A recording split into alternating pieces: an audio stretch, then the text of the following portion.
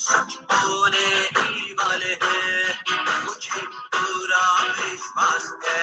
आसान है, आसान है, आसान है, आसान है, आसान है, आसान है। आपको क्या हुआ, का वही तो चलता है, बस इतना सा करना है कि उठकर फिर से चलना है। आसान है, आसान है, आसान है, आसान है, आसान है, आसान है।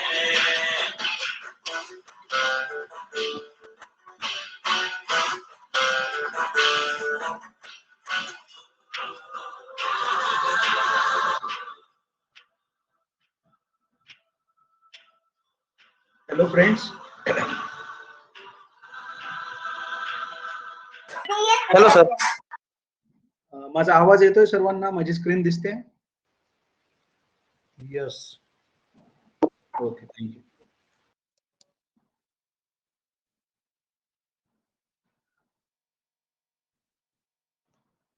तर आज आपण एक इंटरेस्टिंग विषय बघणार आहोत की स्टॉक मार्केटमध्ये स्टॉप लॉस नावाची एक कॉन्सेप्ट आहे आणि अनेक लोकांना ती शत्रू वाटते आणि ती खरोखर कामाची आहे का?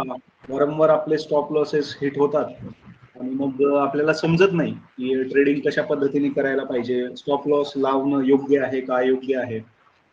तर आजच्या सेशन मध्ये आपण हे समजून घेण्याचा प्रयत्न करू की स्टॉप लॉस खरोखर किती आवश्यक असतो, तो कसा लावायचा आणि त्याचा सिग्निफिकन्स काय आहे. स्टॉप लॉस लावणं हे फायद्याचं आहे का नुकसानीचं आहे आणि मग तो कुठं लावला म्हणजे आपल्याला जास्तीत जास्त फायदा होऊ शकतो. तर वेगवेगळ्या उदाहरणांनी आपण समजून घेऊया की स्टॉप लॉस काय असतो. असं समजा की आपण एका शेताचे मालक आहोत आणि आपल्या शेतामध्ये दरवर्षी जसा पावसाळा येतो तशी आपली प्रक्रिया सुरू होते पेरणी करण्याची. तर 12 महिन्यामधले केवळ 4 महिने पाऊस असतो, तर ते 4च महिने पिकासाठी महत्वाचे असतात आणि त्यातले सुद्धा फक्त 2 आठवडे असतात जे एकदम क्रुशियल असतात आणि त्या वेळात जर आपण नांगरणी केली नाही, पेरणी केली नाही, तर मग वर्षभर कितीही मेहनत घेतली तरी फायदा होत नाही. सेम गोष्ट स्टॉक मार्केटमध्ये सुद्धा आहे की अचूक वेळेला बाईंग जर केली तरच पुढच्या सर्व गोष्टी आपल्याला साध्य होऊ शकतात. तर एक शेतकरी काय करतो, तर जसं पण उन्हाळा संपत येतो, मे महिना वगैरे, तिथून तो खुरपणीसाठी सुरुवात करतो, शेतातलं सर्व तण काढतो आणि मग तो जमिनीला चांगले भुसभुशीत करून आपली जमीन तयार करतो. आणि आपण बघितलं असेल आपल्या घरी शेती असेल किंवा आपण एखाद्याच्या शेतामध्ये जरी अभ्यास केला थोडाफार, तर आपल्याला लक्षात येतं की ही प्रक्रिया कशी असते. तर प्रचंड मेहनत घ्यावी लागते शेतीमध्ये आणि यालाच तुम्ही स्टॉक मार्केटशी रिलेट करून बघू शकता की जेव्हा स्टॉक्स बिअरिश झोन मध्ये गेलेले असतात, आपण ज्याला डेथ झोन म्हणतो, त्या झोन मध्ये गेलेले असतात आणि मग हळूहळू ते गेट मधून बाहेर पडायला लागतात आणि त्यावेळी मग आपण बाईंग करण्याची सुरुवात करतो आणि वाट बघत बसतो की आता आपले स्टॉक्सचे रेट वाढतील. तर वेळच्या वेळी त्याची निगा राखावी लागते. आपण बघत असाल की त्याला खत द्यावं लागतं, काही केमिकल्स, कधी सेंद्रिय खत ऑर्गॅनिक्स आणि कधी नायट्रेट, कधी पोटॅशियम, कधी सल्फर. तर खूप निगा राखावी लागते. स्टॉक्स मध्ये सुद्धा तसंच आहे की आपण समजा एखादे श्रीराम ट्रान्सपोर्ट चांगला सध्या बाईंग झोन मध्ये आलेला आहे आणि ब्रेकआउट झाला म्हणून आपण तिथे 10 क्वांटिटी बाय केली आणि समजा तो स्टॉक भरभर वाढायला लागला 10%, 20%, 25%, तर मग आपण त्याला ऍड पण करत असतो. जे लोक माझ्याशी जुडलेले आहेत 1 वर्षापासून, त्यांना माहिती आहे की आपण जसे जसे स्टॉक्स वर जातात तशी तशी बाईंग करायचो आणि त्याचे आपल्याला खूप चांगले रिझल्ट पण यायचे. आणि पर्सेंटेज मध्ये प्रॉफिट पण दिसायचं, क्वांटिटी ऍडिशन झाल्यामुळे पूर्ण रॅली एन्जॉय करता यायची. आणि त्या पद्धतीने ज्या पद्धतीनं एखादा माणूस म्हणजे एखादा शेतकरी खतं देतो, त्याच्यावरती निगा राखतो, त्याला फवारणी करतो, त्याच पद्धतीनं आपण स्टॉक सुद्धा ग्रो करतो आपले. पण कधी कधी असं होतं की अचानक दुष्काळ पडतो आणि पाऊस अजिबात पडत नाही. तर ते खूप मोठं चॅलेंज असतं. कधी कधी असंही होतं की आपली स्टॉक्सची सिलेक्शन बरोबर आहे, आपले प्रॉस्पर होत आहेत आणि अचानक मध्येच एक टोळधाड येते, कसला तरी किडीचा प्रादुर्भाव होतो आणि मग पुन्हा आपल्याला प्रोटेक्शन म्हणून त्याला फवारणी करावी लागते. आणि आपण बघत असतो की वेगवेगळे उपाय केले जातात. म्हणजे हे सोपं नसतो. हा जो प्रवास आहे 4 महिन्याचा पेरणी ते कापणीपर्यंतचा, तो अवघड आहे. तरी पण समजा एखाद्याने त्याला पार केलंच, तर सर्वात खरी परीक्षा ही शेवटी असते. म्हणजे तुमच्या डोळ्यासमोर जेव्हा कापणीला पीक आलेलं असतं आणि जर समजा काही कारणामुळे ते हातातोंडाशी आलेला घास जर गेला, तर त्याच्या एवढी वाईट फिलिंग कोणती नाही. आणि आपल्यापैकी बऱ्याच जणांसोबत हे झालं. जे लोक आपण 2020 पासून माझ्याशी कमीत कमी 500 लोक तरी जुडलेले आहेत. आणि अनेक लोकांनी स्टॉक्समध्ये बाईंग केली करेक्ट टाइम वरती. सुरुवातीला त्यांना पहिल्या 2-3 फेजेसमध्ये चांगलं प्रॉफिट झालं. कुणाकुणाचे स्टॉक्स डबल झाले. पण हातातोंडाशी आलेला घास गेल्यानंतर अनेक जणांना अशी फिलिंग झाली, की कोणत्याही कारणामुळे स्टॉक्समध्ये आणि इंडेक्समध्ये फॉल आले. तेव्हा कुठल्या तरी कारणामुळे कधी युक्रेन वॉरचं निमित्त झालं, कधी आणखीन कुठल्या गोष्टीचं निमित्त झालं आणि अचानक स्टॉक्सचे रेट पडले. तर तीच फिलिंग आली, की कापणीला आलेलं आपलं पीक गेलं. म्हणजे समजा अचानक अतिवृष्टी झाली आणि पूर्ण शेती जलमय. सगळं पीक वाया जाणार, सगळं धुवून जाणार. पूर्ण हात म्हणजे जेवढा पैसा आपण लावला होता तो सगळा नाहीच. आणि आपलं मुद्दल सुद्धा सेफ नाही. तर अशा परिस्थितीत खरंच त्या शेतकऱ्यावरती खूप वाईट अवस्था येते. असं तो कन्सिडर करत असतो, की हे जे काही 7-8 महिने मी मेहनत केलेली आहे, त्याचे मला चांगले रिटर्न मिळणार आहे. पण 4 दिवसांमध्ये होत्याचं नव्हतं. आणि मग ते रडायला लागतात. आपण बघतो, की किती सारं नुकसान होतं आणि पुन्हा त्याच्याजवळ भांडवल पण नसतं यातून उभं राहण्यासाठी. एखादा गावामध्ये खोडसाळ माणूस असतो. जर तुम्ही गावात राहत असाल तर माहिती आहे तुम्हाला. गावामध्ये ईर्ष्या असते, पॉलिटिक्स असतं. दुसऱ्याला समोर न जाऊ देण्याची एक वृत्ती असते. आणि समजा जर एखाद्याचं पीक चांगलं होत असेल, एखाद्याचा ऊस चांगला झाला आणि मग तो उद्या धनाढ्य होईल आणि मग तो गावचा सरपंच बनेल, त्याचं प्रस्थ वाढेल गावात, म्हणून लोक रातोरात पीक पेटवून देतात. आणि त्यावेळेस पण किती वाईट वाटतं. किंवा कधी कधी दुर्घटना घडतात, कधी आकाशातून वीज पडते आणि सगळी शेती नष्ट होते आपली. तर इतकी मेहनत केल्यानंतर ह्या टप्प्यावर आल्यानंतर you cannot afford to lose anything. आणि त्यावेळेला जर सर्वच जर नाहीसं होत असेल, नष्ट होत असेल, तर त्याच्या एवढा पेन मोठा नाही. सेम गोष्ट स्टॉक मार्केटमध्ये सुद्धा आहे. आपण बाईंग केली, आपण सिलेक्शन केलं, आपण स्केलिंग केली, वरच्या दिशेला एव्हरेजिंग केली, स्टॉक्सचे फंडामेंटल्स तपासले, खूप सारे कष्ट घेतले, दररोज त्याची निगराणी केली आणि एका क्षणी होत्याचं नव्हतं होतं. जर का हातातोंडाशी आलेला घास आपला गेला आणि त्याचं रिझन तेच आहे परत, की स्टॉप लॉस न लावल्यामुळे. आता ह्या नैसर्गिक घटना तर आपल्या हातात नाही, की शेतामध्ये वीज पडून आग लागली, पिकं जळाली किंवा गारपिटीचा मारा झाला आणि पूर्ण संपलं तुमचं सर्व कॅपिटल झिरो झालं, कॅपिटल इरोजन झालं. हे रोखणं आपल्या हातात नाही. त्याच्यासाठी जास्तीत जास्त आपण पीक विमा करू शकतो. पण स्टॉक मार्केटमध्ये आपण आणखीन चांगल्या पद्धतीने मेथड्स फॉलो करून तिथला आपला इन्शुरन्स नाही, पण आपली एक सेफ्टी आपण निश्चित करू शकतो. म्हणून मी नाव दिलं होतं स्टॉप लॉस प्रोटेक्शन शील्ड. एक तुम्ही अशी ढाल बनवू शकता, असं एक कवच आपण निर्माण करू शकतो. त्याला फक्त समजून घेतलं पाहिजे, की ज्याच्यामुळे अशा किती जरी टोळधाडी आल्या, अनेकदा काय होतं शेवटच्या टप्प्यामध्ये कसदार दाणे आले आणि एक टोळधाड आली आणि परत ती सगळं खाऊन गेली. तर सेम ऑपरेटर रुपी टोळधाड येते. आपलं सर्व असं बिअर मार्केट ठोकून काढतात, हॅमर चालवतात, की ज्याच्यामुळे स्टॉक्स 50-50% खाली येतात. आणि पुढचे 1-1, 2-2 वर्ष पुन्हा पेशन्सनी फक्त सहन करत बसावं लागतं. ₹100 चे ₹50 झाले, खूप मोठी अमाउंट आहे. 25 लाख, 50 लाख. आणि तुम्ही एक्झिट घेऊ शकता, ना तो पैसा तुम्ही दुसरीकडे कुठे टाकू शकता. तो पैसा ब्लॉक होऊन जातो. ना त्याचा एन्जॉय करू शकता, ना त्याच्यातून चांगले रिटर्न काढू शकता. आता फक्त खाली जाणाऱ्या स्टॉकला जागच्या जागी खेळताना 2% वर, 5% खाली, 10% वर, 15% खाली असं बघू शकतो. आणि ते पेन खूप मोठं आहे. भांडवल जेवढं खेळतं राहील तेवढी इन्कम कमवण्याचे चान्सेस जास्त राहतील. पण ह्या सगळ्यातून वाचण्याची एक सिस्टीम आपल्याला डेव्हलप करता आली पाहिजे. आणि एक मीम खूपदा चालतं, की हात तो आया लेकिन मुंह ना लगा. तर ही ती फिलिंग आहे, की आपण म्हणतो हातातोंडाशी आलेला घास गेला. आणि अनेकदा आयुष्यात अनेकदा आपल्याला ह्या परिस्थितीचा सामना करावा लागतो. आपण खेळ खेळतो क्रिकेटमध्ये आणि शेवटच्या क्षणापर्यंत मॅच चालते आणि बॉलर्सला वाटत असतं की आता हा लास्टचा विकेट आहे आणि हा तर आपण जिंकलाय आता. एकदम असाध्य असं काहीतरी टार्गेट असेल 1 ओव्हर 20 रन टाइपमध्ये आणि अचानक तो समोरचा चौके छक्के मारतो आणि मॅच पलटून जाते आणि परत बॉलर्सचा हातातोंडाशी आलेला घास निघून जातो. तर ही पण खूप वाईट अवस्था असते. अनेक बॅट्समन शेवटच्या बॉलपर्यंत आपण म्हणतो चुरशीचा सामना झाला आणि त्यांनी मॅच जिंकली, मॅच विनर बनला तो. तर त्यावेळी दुसऱ्या टीमच्या मनात हीच भावना येते, की आपला हातातोंडाशी आलेला घास गेला. WWF मध्ये आपण बघतो तुमच्यापैकी जर कोणी शौकीन असेल, तर पूर्ण मॅचमध्ये एक माणूस मार खात असतो. पहिल्या क्षणापासून तो कंटिन्यू 20 मिनिट, 25 मिनिट, अर्धा तास, कधी-कधी 1 तास मॅचेस चालतात आणि तो मार खात असतो. पण शेवटच्या क्षणी फक्त तो असा काहीतरी तडाखा देतो, अशी काहीतरी मॅच विनिंग मूव्हमेंट करतो, ज्याच्यामुळे मॅच त्याची होते. तर हे पण खूप असं चकवणारं असतं, की पब्लिकला एकदम थ्रिल वाटतं. हे भले सगळं फिक्स असेल, सगळा ड्रामा असेल, सगळं लिहिलेलं असेल, पण त्याच्यात सुद्धा आपण रंगून जातो, की अरे शेवटच्या क्षणी यांनी मॅच फिरवली. फुटबॉलमध्ये जो कसलेला फुटबॉल प्लेअर आहे, तो पहिल्यांदा टीमला खेळवतो फक्त. समोरच्या टीमला फक्त तो टाईमपास करतो आणि त्याची जी म्हणजे टीमची जी स्ट्रॅटेजी असते, शेवटच्या 5 मिनिटामध्ये ते धडाधड गोल करतात. आणि एकदा जर का टाइम संपला, तर तुम्ही आघाडी घेऊ शकत नाही. त्यानंतर तुम्हाला स्कोप नसतो अपोजिट पार्टीला, हारणाऱ्या पार्टीला.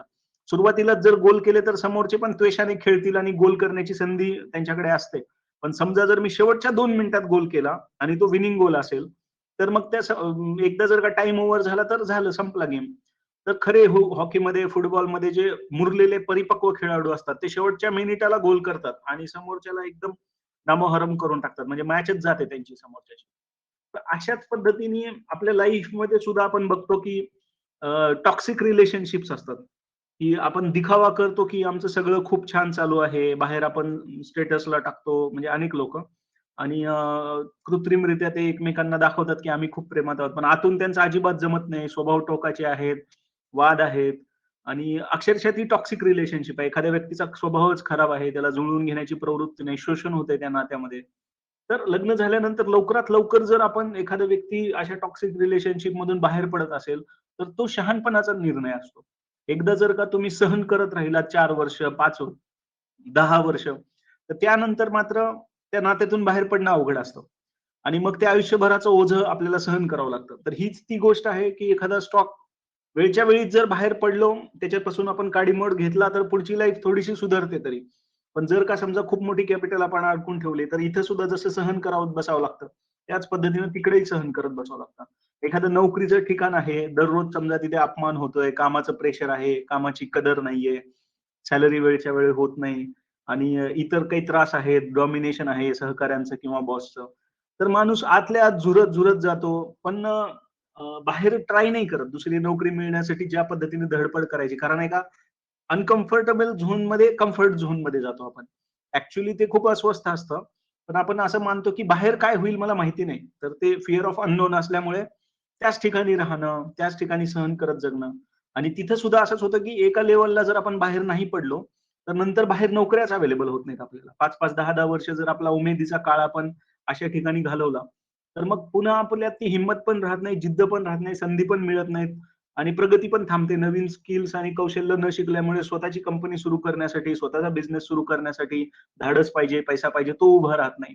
तर प्रत्येक आयुष्याच्या प्रत्येक क्षेत्रामध्ये स्टॉप लॉस आवश्यक आहे. एखादी गोष्ट जर चुकीची घडत असेल, प्रत्येक माणूस काही सर्व गुणसंपन्न नाही आणि आपल्या मनानुसार सगळं घडेलच असं नाही. प्रत्येक वेळी काही ना काही चुका होऊ शकतात. आपण घराचं इंटेरियरचं काम काढलं आणि 4 लोकांना आपण बोलवलं. आपल्या लक्षात आलं, की हा माणूस चांगल्या क्वालिटीचा नाहीये. तर पहिल्या दुसऱ्या दिवशीच त्याला सांगायला पाहिजे, "तू थांब. तुझी क्वालिटी मला आवडलेली नाहीये." अर्धवट काम झाल्यावर आपण त्याला नाही सांगू शकत, की "मला तुमचं काम आवडत नाही. आता तुम्ही बाहेर निघा." 75% काम झाल्यावर काहीच फायदा नाही सांगून. तर समजा घराचा पाया खोदतोय आणि पहिल्याच दिवशी लक्षात आलं, की याच्या कामामध्ये लाईन लेंथ नाहीये. तर त्या कॉन्ट्रॅक्टरला सांगितलं पाहिजे, "हे तुझे पैसे घे आणि तुझं सामान घे आणि इथून निघ. आम्हाला तुझी सेवा नको आहे." कारण एकदा जर का तो बांधकाम करायला सुरू केलं, तर मग माघार घेणं अवघड असतं. मग नुकसान होतं आपलं खूप सारं. तर त्याच पद्धतीनं ह्या सगळ्या उदाहरणांना आपण स्टॉकशी जोडू शकतो आणि आपल्या आयुष्याचे बघा, आपण फक्त स्टॉक्स म्हणजे नुसते डीमॅट मधले आकडे वाढणं एवढा त्याचा अर्थ नाहीये. ऍप उघडणं आणि स्टॉक्स घेणं, आपण आपली एनर्जी, आपल्या आयुष्याचा दिशा, आपल्या आयुष्याचा मोठा निर्णय आपण स्टॉक्स घेऊन करत असतो, की त्याच्यावर आपलं पूर्ण भविष्य डिपेंड असतं. आणि म्हणून खूप सजगतेने आपण पुढे जायला पाहिजे. तर आतापर्यंतचा माझा जो अनुभव होता, तुमच्यापैकी अनेकांशी मी बोललो असेल, की 1 वर्षापूर्वी जर कोणी मला विचारलं असतं, की स्टॉप लॉस लावायला पाहिजे का? तर मी म्हणायचो नाही. मी स्टॉप लॉस लावत नाही. उलट मी त्याच्या विरोधात होतो. कारण की जितकं पण नॉलेज त्यावेळेस मला मिळालं होतं, तर त्यावरून माझा निष्कर्ष हा होता, की स्टॉप लॉस लावणं ही चुकीची गोष्ट आहे. कारण मी स्वतः अनेकदा स्टॉप लॉस लावले आणि ते हिट झाले आणि मग मला असं वाटायला लागलं, की हा तर एक प्रकारचा ट्रॅप आहे, की सामान्य लोकांना लॉसमध्ये विक्री करायला लावणं आणि ब्रोकर्सचा, ट्रेडर्सचा आणि त्याच्यात बाकी इतर लोकांचा फायदा होतो. प्रत्येक ट्रेडला स्टॉप लॉस शेपटासारखा चिकटलेला असतो. टीव्हीवरती जर समजा एखाद्याने सांगितलं, की ₹1200 स्टॉक आहे, तो खरेदी करा आणि 1150 स्टॉप लॉस लावा. तर मला समजायचं नाही, की ₹1200 घेतलेली वस्तू 1150 गेली तर खराब कशी होते? आणि जर तिला 1300 जायचं असेल, तर मग मी 1150 का विकावं मग त्याला? तर मी तर सांभाळतो ना मग. मी तर उलट 1100 आणखीन खरेदी करेल. मार्केटमध्ये सेल लागला असं समजेल. तर बऱ्याचदा असं खूप कन्फ्युजन आहे, की हे करावं की नाही करावं? केलं तरी नुकसान, नाही केलं तर अजून नुकसान. मग स्टॉक मार्केटमध्ये जायचंच कशाला? जर नुकसान करायचं असेल तर. आणि दुसरा एक तर्क असा आहे, की तुम्ही फक्त 1% स्टॉप लॉस लावा, 2% स्टॉप लॉस लावा. पण माझं जर पूर्ण कॅपिटल मी समजा 50 वेळा स्टॉप लॉस लावला आणि 50 वेळा माझा स्टॉप लॉस हिट झाला, तर माझं सर्वच कॅपिटल इरोड होऊन जाईल 2-2% करत. तर मग मी काय कमवलं? समजा मी 100 वेळा स्टॉप लॉस लावला आणि त्याच्यातल्या 50 वेळा जरी तो हिट झाला, तरी सुद्धा माझं बऱ्यापैकी सबस्टॅन्शियल भांडवल कमी होऊन जाईल. प्रत्येक वेळी नफा मिळेलच असं नाही. आणि मग हे सगळं का करायचं? तर ह्या प्रश्नाने मला खूप छळलं ऍक्च्युअली, की स्टॉप लॉस योग्य आहे का? आणि देवाची कृपा म्हणा, चांगलं नशीब म्हणा, मी सुनील मिंगलानींचा कोर्स केला आणि त्यावेळी मला ती कॉन्सेप्ट एकदम क्लिअर झाली, की ऍक्च्युअली स्टॉप लॉस तू म्हणजे फक्त काय? ते डायरेक्ट निघले न सांगताच ते नवरे मग ती काय का कोणी कसे गेले काय काय झालं स्टॉप लॉस म्हणजे काय? तुझ्या आईने आणि एवढा तो लावल्यामुळे कसा तुकडा मला फायदा होतो आपल्याला? देऊ शकत नाही.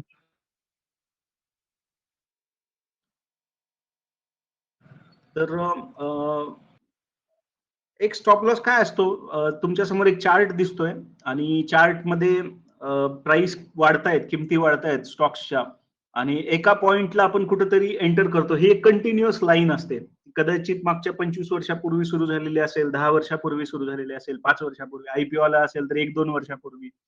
आणि कुठल्या तरी चढत्या ट्रेंडवरती आपल्याला कळतं, की हा स्टॉक खूप चांगला आहे. आपल्याजवळ सध्या पैसे आलेले आहेत आणि चला आपण बाय करूया. आणि मग आपण अभ्यास करतो, अप ट्रेंड बघतो, ब्रेकआउट बघतो, बाकी सर्व जितकं नॉलेज आहे ते घेतो, फंडामेंटलचा अभ्यास करतो आणि कुठेतरी एंट्री करतो. आणि आता आपण वाट बघत बसतो, की आता माझा भाव वाढेल, माझे पैसे 20%, 25%, 50% वाढतील आणि मग मी प्रॉफिट बुक करून बाहेर पडेल.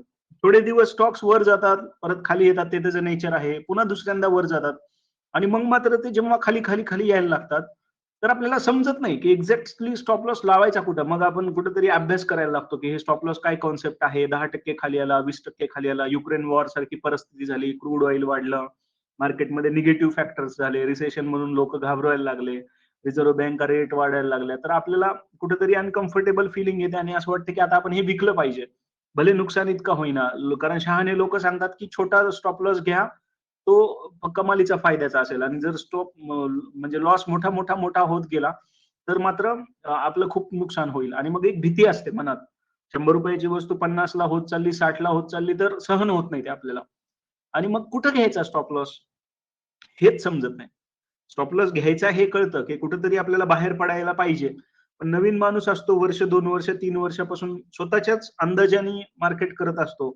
आणि मग त्याला हे नाही समजत, की एक्झॅक्टली ती लाईन कुठे आहे? आणि मग नवीन लोकं असतात. आता मी पण नवीन-नवीन असायचो तर काय करायचो? 220 ला स्टॉप लॉस घ्यायचा. सॉरी 220 ला स्टॉक खरेदी करायचा आणि ₹5 खाली स्टॉप लॉस लावायचा. ठीक आहे, आपण काय करू, 220 ला बाय करू, 215 ला गेला तर विकून टाकू. मग 216 जवळ आलं की परत त्याला कॅन्सल करायचं आणि 214 ला न्यायचा. पुन्हा ऑर्डर कॅन्सल करायची, आणखीन 213 ला न्यायचा. कारण असं वाटतं की तो वर जाईल ना.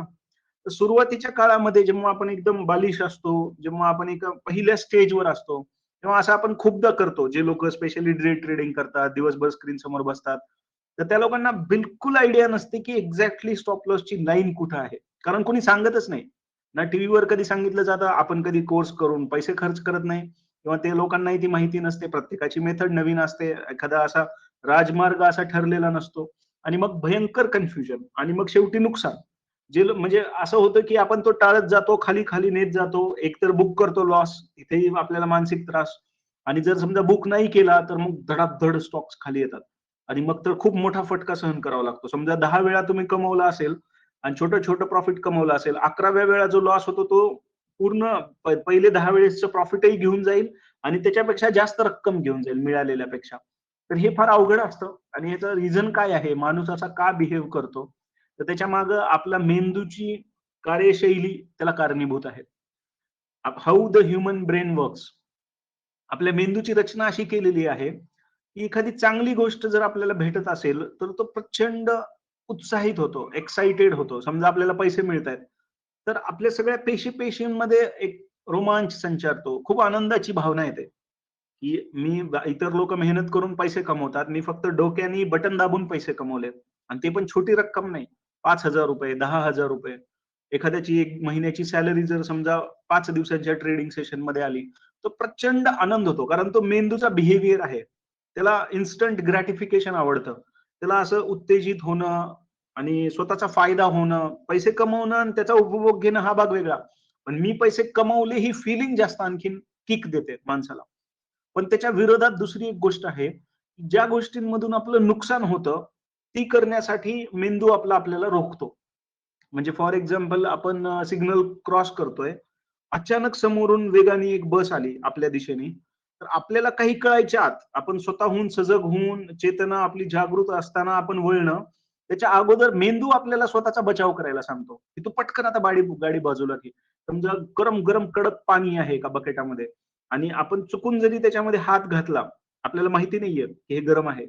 तर क्षणाच्या 100व्या सेकंदाच्या भागात सुद्धा आपला हात बाहेर खेचला जातो तत्परतेने. ह्याचं कारण आपल्या शरीरामध्ये एक सिस्टीम बसवलेली आहे, नर्व्हस सिस्टम.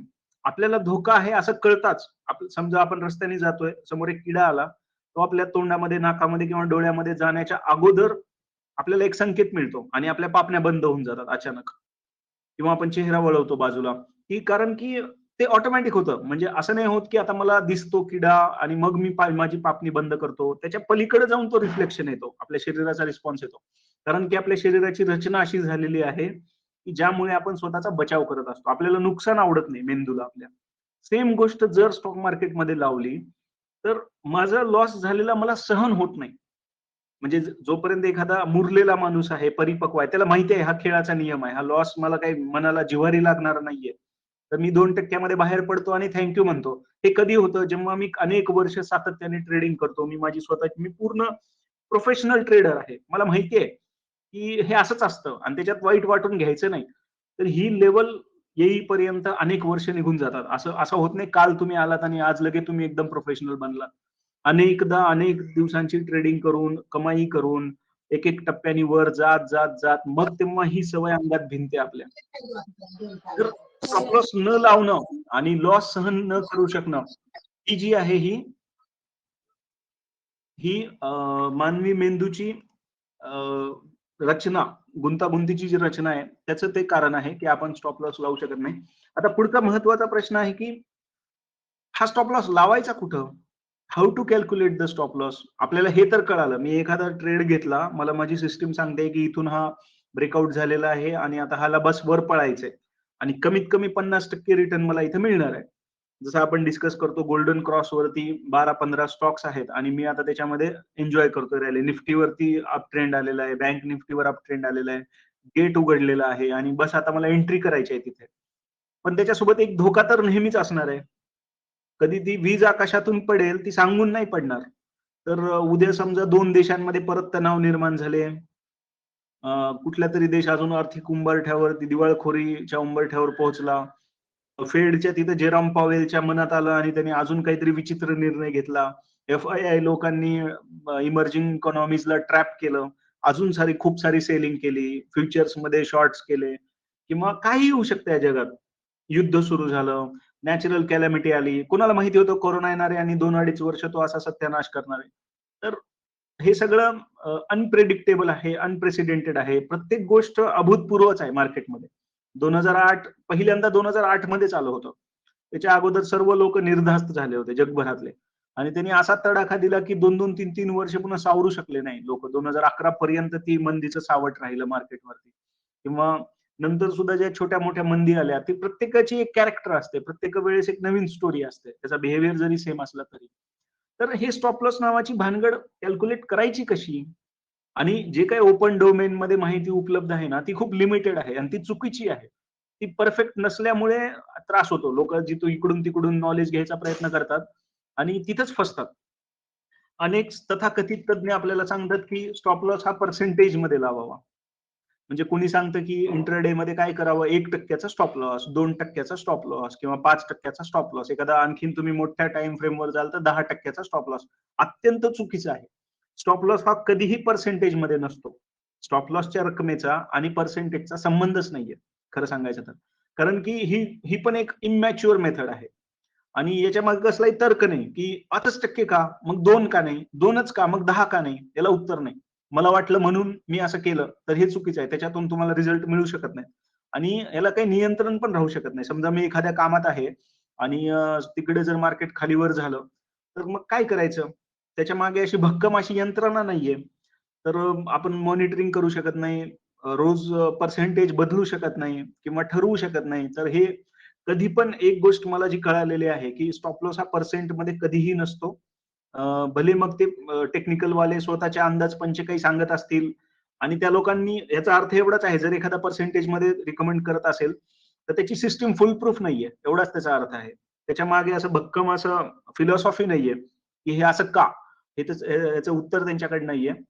अनेक लोक काय करतात की सपोर्ट आणि रेजिस्टन्स वरती गेम खेळतात. म्हणजे मार्केटमध्ये 95% जे नवीन ट्रेडर्स आहेत ते मॅक्सिमम लोक केवळ सपोर्ट रेजिस्टन्सला ब्रह्मरेषा मानतात आणि पुढे जातात. पण त्याच्यामध्ये सुद्धा गफलत आहे.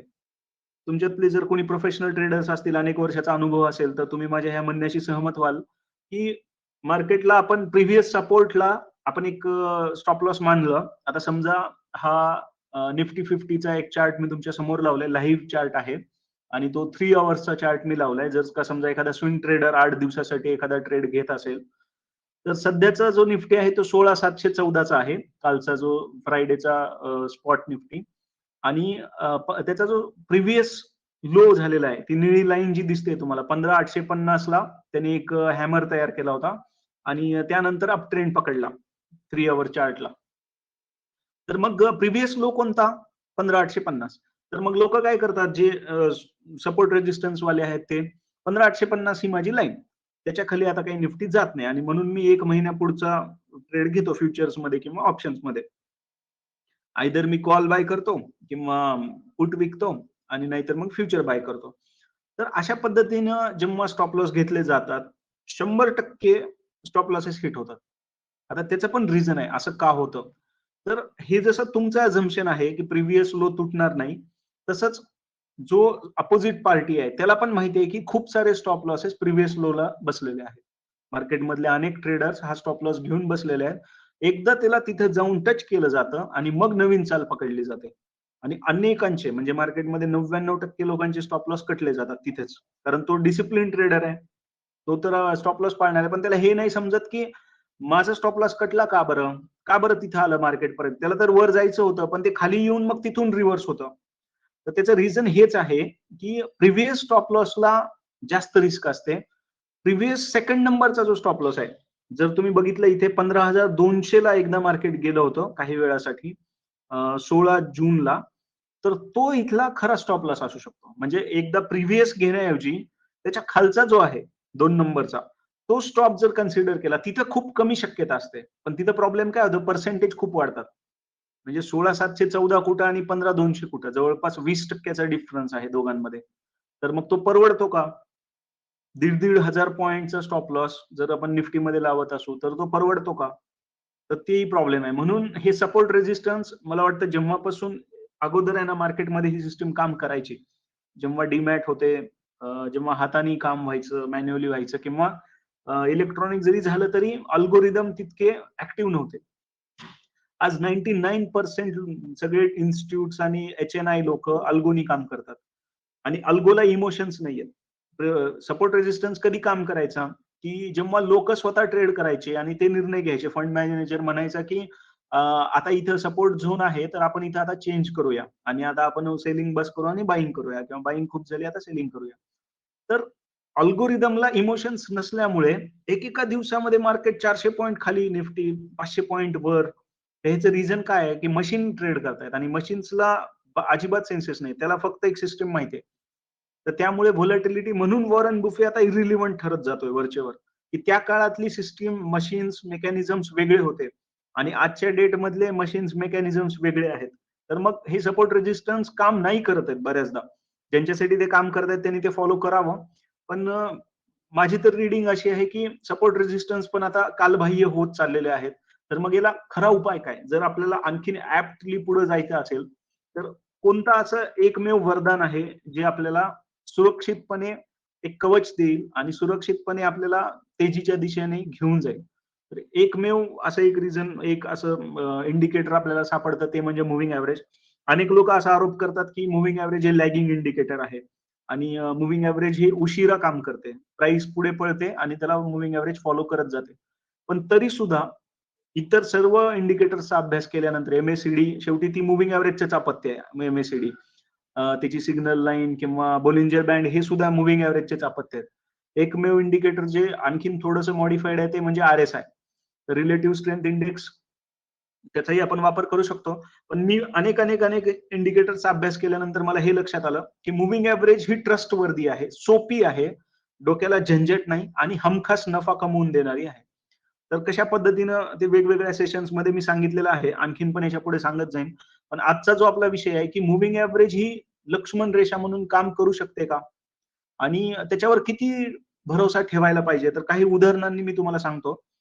माझं पहिल्यापासून असं ठाम मत आहे की चार्ट इज द किंग. एक चार्ट आहे ना, त्याच्यामध्ये सर्व बातम्यांचा समावेश आहे. त्याच्यामध्ये सर्व गोष्टी इन्क्लुडेड आहेत. ज्या काही घडामोडी घडतायत स्टॉक सोबत, त्याचा रिझल्ट आला, क्वार्टरचे खूप सारे प्रॉफिटेबल आकडे आपल्याला दिसत आहेत, बॅलन्स शीट मध्ये खूप स्ट्रॉंग त्याचं ग्रोथ दाखवते, पॅट खूप चांगला आहे, प्रॉफिट आफ्टर टॅक्स चांगला आहे, तुमची अर्निंग विजिबिलिटी चांगली आहे, सेल्स ग्रोथ चांगली आहे, प्रॉफिट ग्रोथ चांगली आहे, सेक्टरला खूप चांगले दिवस आलेले आहेत, डिमांड आलेली आहे, येणाऱ्या काळामध्ये पण या प्रॉडक्ट्सला खूप डिमांड आहे. हे सगळे बोलबच्चन ज्या पण गोष्टी आहेत त्या सगळ्या चार्टमध्ये इन्क्लूड आहेत, त्या कॅन्डलमध्ये सर्व इन्क्लूड आहे. एखादी कॅन्डल जर वर वर वर जात असेल तर त्याचा अर्थ कंपनीमध्ये काहीतरी चांगला आहे म्हणूनच बाईंग येते. एखादी कॅन्डल जर डाऊन ट्रेंड मध्ये असेल, खाली खाली खाली जात असेल, त्याचा अर्थ त्या सेक्टरचा सत्यानाश होतोय काही काळासाठी तरी, आणि म्हणून हेवी सेलिंग होते. एक गोष्ट सांगतो की आपल्यामध्ये ह्या कॅन्डल्स हलवण्याची ताकदच नसते रिटेल इन्व्हेस्टरमध्ये. विकली चार्ट वरती, आठवड्याच्या चार्ट वरती जर समजा स्टॉक 20%, 25%, 50%, 100% ग्रोथ करत असेल एकेका वर्षात, त्याचा एवढाच अर्थ आहे की कोणती तरी अशी मोठी शक्ती आहे, आयदर तो प्रमोटर आहे, त्याचा हस्तक आहे, कुठली तरी इन्स्टिट्यूट आहे किंवा खूप मोठा पैसे घेऊन बसलेला एक माणूस आहे, जो त्या कॅन्डल्सला खूप फास्ट वर तरी घेऊन जातोय किंवा खाली तरी घेऊन जातोय. तर हा निफ्टी 50चा चार्ट आहे आणि त्याला मी एक 48 मुव्हिंग ऍव्हरेज लावलेली आहे, निळी रेषा जी तुम्हाला दिसते. तर गोल्डन क्रॉस झाला होता जुलै 2020च्या सुमारास, ज्यावेळी निफ्टी अंदाजे 10,000ला होता आणि तो मग परत त्या मुव्हिंगला आलाच नाही. समजा जर मी तिथं बाय केलं असतं आणि मी निळ्या रेषेला जर फॉलो करत असलो असतो, सप्टेंबरमध्ये एकदा एक हलकासा टच झाला होता मुव्हिंगला. आणि हे कशामुळे होतं? तर जे काही बुल वर बसलेले असतात, स्वार झालेले जे लोक असतात त्या बैलावर, म्हणजे तेजीमध्ये, त्या लोकांना बाहेर काढण्यासाठी असे झटके दिले जातात आणि जी कमजोर पार्टी असते ती बाहेर पडते. जी हुशार पार्टी असते, मजबूत पार्टी असते, बघा इथे काही चॅरिटी उघडलेली नाहीये की या पैसे घेऊन जा, फुकटमध्ये खिरापत वाटली जाते, असं नाहीये. तर जो क्वालिटी माणूस आहे, ज्याच्यामध्ये मानसिक शक्ती आहे या सगळ्या द्वंद्वाला झेलण्याची, ज्याच्याकडे पैसा पडून आहे, आणि मार्केटची मेकॅनिझम अशी आहे की वीक लोकांना ते अगोदर बाहेर काढून टाकतं. इथं रिवॉर्ड त्यालाच मिळतो ज्याच्याकडे सहन करण्याची शक्ती आहे, ज्याच्याकडे काहीतरी पेशन्स आहेत, संयम आहे किंवा अशा काही क्वालिटीज आहेत की ज्याच्यामुळे त्याला पैसा दिला जावा, त्या माणसाची काहीतरी लायकी आहे, त्यालाच तो पैसा मिळतो. तर सप्टेंबरमध्ये एकदा टेस्टिंग झाली ह्या इन्व्हेस्टर्सची आणि जे वीक प्लेयर्स असतील ते बाहेर पडले असतील, ते घाबरले असतील. कारण मग 6 महिन्यामध्ये मार्केट फार पुढे गेलं नाही. 10,000चं 10,500ला गेलं. पण नंतर मात्र जो बूम सुरू झाला, 10,000चं मार्केट बघता बघता 17,000ला गेलं नॉनस्टॉप. 18,000चा उच्चांक त्यांनी गाठला. कळालं सुद्धा नाही की फक्त 1 वर्षामध्ये किंवा जास्तीत जास्त सप्टेंबर टू ऑक्टोबर 13-14 महिन्यामध्ये मार्केटनी कसला भयानक रिटर्न दिला. आणि फक्त इंडेक्समध्ये एवढा जर असेल तर स्टॉक्स तर 5-5, 7-7 पट झाले. माइंट्री सारखा स्टॉक 500 रुपयाचा होता, तो 8,500ला गेला. आणि मग त्यानंतर एक करेक्शन फेज सुरू झाली. आणि मग जो सावध पवित्रा घेतलेले लोक होते ते 16,400ला मार्च मध्ये बाहेर पडले. तर ही स्टॉप लॉसची किमया आहे की ते तुम्हाला वाचवतं. आणि परत एकदा 3-4 महिन्यांचा टाइमपास झाल्यानंतर आता तुम्हाला दिसतंय की पुन्हा एकदा निफ्टी निळ्या लाईनला क्रॉस करून वर जाण्याच्या तयारीत आहे. तर आता लक्ष ठेवायला पाहिजे. आणि होऊ शकतं की इथं बाईंग चांगली येईल. आपण एकदा इंडिया विक्सच्या चार्टवर बोललो होतो. तुम्ही जर इंडिया विक्सचा चार्ट काढून बघितला तर तुम्हाला लक्षात येईल की इंडिया विक्स असं सांगतोय की निफ्टीमध्ये आता खूप मोठी तेजी येणार आहे उद्यापासून. तर लेट अस सी. आपण आणखीन एकदा 8 दिवसांनी रिव्ह्यू घेऊ की आपण बरोबर आहोत का. पण माझं तरी अझम्पशन असं सांगते आता की बँक निफ्टीमध्ये आणि निफ्टीमध्ये आता बाईंग पोझिशन घेतली तर येणाऱ्या 1.5 महिन्यामध्ये चांगलं प्रॉफिट होऊ शकतो. तर आपण बघूया याचं काय होतं. आपला मूळ मुद्दा हा होता की मुव्हिंग ऍव्हरेज खरोखर स्टॉप लॉस म्हणून काम करते का. तर मी तुम्हाला काही उदाहरणं सांगतो की ज्याच्यामुळे तुम्हाला कळेल. मी तुम्हाला ते चार्ट इज द किंग हे सांगत होतो की जर समजा मी ही निळी लाईन लावली असती मागच्या 10 वर्षापूर्वी आणि जर मी 10 वर्षाचा निफ्टीचा प्रवास बघितला असता तरी पण आपल्याला लक्षात आलं असतं की ही निळी लाईन एका लक्ष्मण रेषेसारखं काम करते. म्हणजे ह्या चार्ट वरती 75% वेळा निफ्टी निळ्या लाईनच्या वर काम करतोय आणि 15 किंवा 20% वेळा तो लाईनच्या खाली क्रॉस झालेला आहे. तर जर लाईनच्या खाली क्रॉस झाला तर मला त्याला सोडून द्यायचंय आणि जेव्हा त्यांनी लाईन क्रॉस केली कॅन्डल्सनी त्यावेळी मला एंट्री घ्यायची आहे. एवढं साधं मेकॅनिझम जरी एखाद्याने पाळलं असतं मागच्या 10 वर्षात तर त्याच्याजवळ खूप चांगली कमाई झाली असती. निफ्टीने मल्टीफोल्ड रिटर्न दिलेले आहे. 5,000चा निफ्टी 15,000ला गेला. 4,000चा निफ्टी. तर 4 पट रिटर्न आपल्याला मिळू शकले असते त्या सगळ्यात. तर चार्ट इज द किंग. तुम्हाला बाकी काही गोष्टी नसतील तरी चालेल पण चार्टला आपण मानलं पाहिजे. आता मी तुम्हाला 3 उदाहरणं सांगतो की ज्याच्यामुळे आपल्याला लक्षात येईल की स्टॉप लॉसचं काय महत्व आहे आणि मुव्हिंग ऍव्हरेज ही स्टॉप लॉस म्हणून कशी काम करते. हा IRCTCचा चार्ट आहे. मुद्दामून हा निवडला मी की बुल मार्केटमध्ये असे काही स्टॉक्स असतात जे वेगाने पळवले जातात. म्हणजे तुम्हाला दिसेल की 100 रुपयाचा IRCTC 2020 मध्ये त्याचा IPO आला होता आणि कुठेतरी 2020च्या सुरुवातीला तो स्टॉक फक्त 70-80 रुपयाला होता आजच्या स्प्लिट बोनस प्रमाणे. तेव्हाची त्याची प्राइस 700-800 रुपये काहीतरी असेल. IPO आला होता आणि तो स्टॉक बघता बघता ह्या लोकांनी असा पळवला मध्ये एक मोठी रॅली यायची पुन्हा खाली जायचा, पुन्हा एक रॅली यायची खाली जायचा आणि मग एप्रिल 22 नंतर 200 रुपयाचा स्टॉक 1200ला नेला, 1300ला नेला जवळपास. असा झप झप झप वाढला. रोज 10%, 5%, 15%, 20%, 5%, 10%.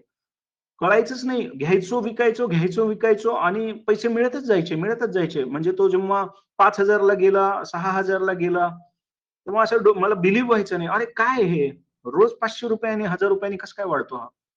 आणि मग तुम्हाला लक्षात येईल की मी एक लाल एरो लावलेला आहे ऑक्टोबर 2022 मध्ये आणि अचानक त्यांनी 2 मोठ्या कॅन्डल्स दिल्या लाल. तिकडे बाजारामध्ये एक गेम झाला की एक बातमी आली आणि त्याच्यात सांगितलं की IRCTCने एक नियम बदललाय आणि जे काही चार्जेस घ्यायचे क्लायंट्स कडून तर ते आता कमी करतायत. त्याच्यामुळे कंपनीला लॉस होईल आणि त्याच वेळी त्याची स्प्लिटची न्यूज आलेली. लोकांना एक्झिट मिळाली नाही आणि दन मग तो स्टॉक जो 1200ला पोहोचला होता तो ट्रॅप करून लिटरली आज तो परत एकदा 600ला ट्रेड करतो.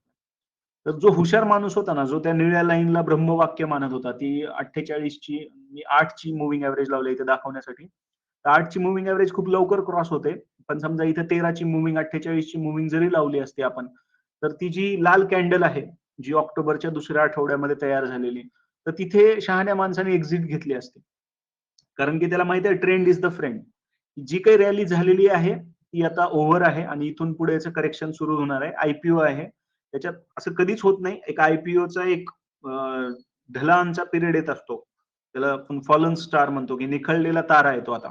आणि त्याचा आता त्याला पूर्ण परत एकदा प्रज्वलित व्हायला वेळ लागेल. त्याला आता डायजेस्ट करावं लागेल जे काही त्याने इरिझनेबल असे काही रिटर्न्स ग्रास्प केलेले आहे त्याला आता जस्टिफाय पण करावं लागेल. तर म्हणून इथं एक्झिट पॉइंट तुम्हाला भेटला असता. आता अजून एक स्टॉक आहे आणि याला मी 48 ची मुव्हिंग लावले. हा येस बँकचा स्टॉक आहे.